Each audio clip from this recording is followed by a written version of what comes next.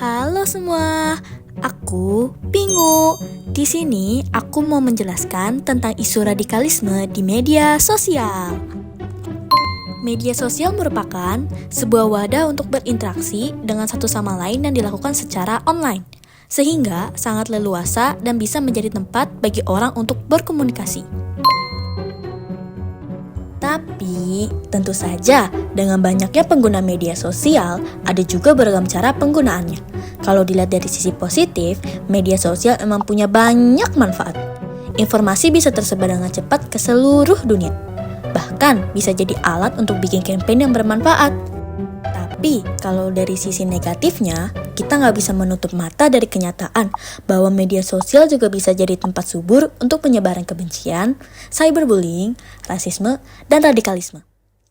Dan ini bisa bikin kerugian baik buat pelaku maupun korban. Nah, ngomongin soal radikalisme, kalau kita buka Kamus Besar Bahasa Indonesia, radikalisme itu didefinisikan sebagai paham atau aliran yang menginginkan perubahan sosial dengan cara yang keras. Sekarang kita hidup di zaman digital, di mana media sosial jadi tempat yang sangat aktif digunakan. Ketergantungan pada media sosial bisa menyebarkan hal-hal yang negatif, termasuk ideologi radikal. Biar lebih jelas, kita lihat yuk beberapa contoh radikalisme di media sosial.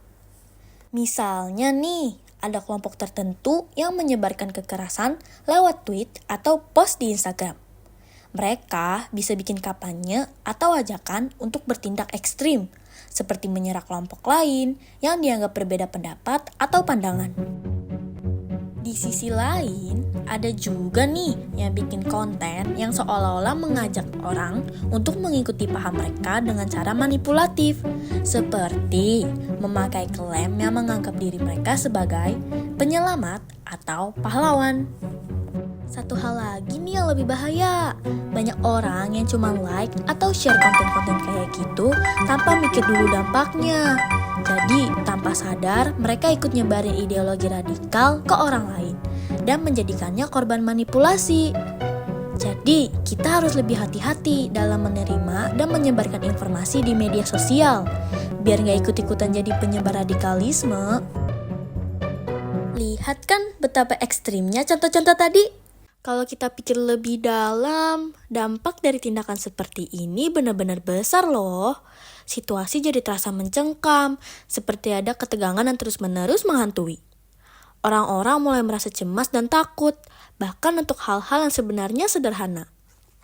Rasa takut ini kalau dibiarkan bisa berkembang menjadi rasa teror. Dampaknya bukan hanya ke satu atau dua orang saja, tapi bisa meluas dan mempengaruhi banyak pihak.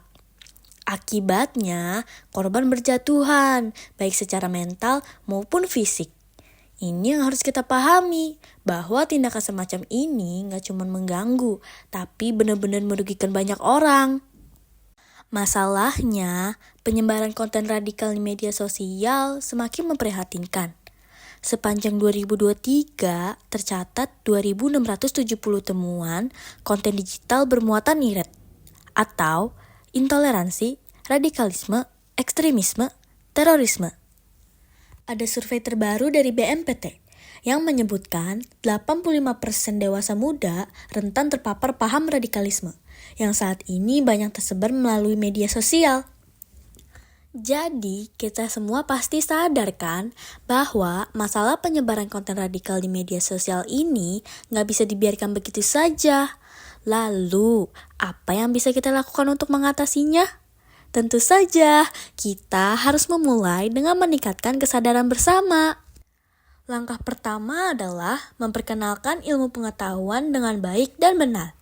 Ini penting banget, supaya masyarakat bisa memahami dengan jelas apa itu radikalisme dan terorisme, serta memahami dampaknya. Jadi, edukasi itu kunci. Kita bisa ikut aktif mengedukasi masyarakat, baik lewat diskusi, seminar, atau bahkan konten digital yang bermanfaat. Langkah kedua yaitu kita perlu lebih bijak dalam menyaring informasi. Sekarang ini informasi bisa tersebar dengan cepat banget ya. Karena itu penting banget untuk selalu cek kebenaran informasi yang kita terima. Jangan langsung percaya begitu saja tanpa memverifikasi. Apalagi kalau sumbernya nggak jelas.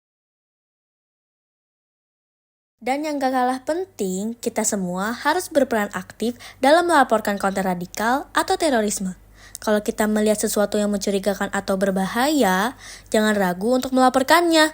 Setiap laporan itu berharga dan bisa membantu mencegah penyebaran paham radikal lebih lanjut. Jadi yuk, kita semua punya peran penting dalam menciptakan ruang digital yang lebih aman dan positif. Semua langkah kecil yang kita lakukan bisa memberikan dampak yang besar. Ayo mulai dari sekarang. Terima kasih teman-teman sudah mendengarkan. Semoga kita bisa bersama-sama membuat perubahan yang lebih baik. Sampai jumpa. Misi ya, nggak kelihatan. Jangan nutupin layar Geser dong, dong. minggir.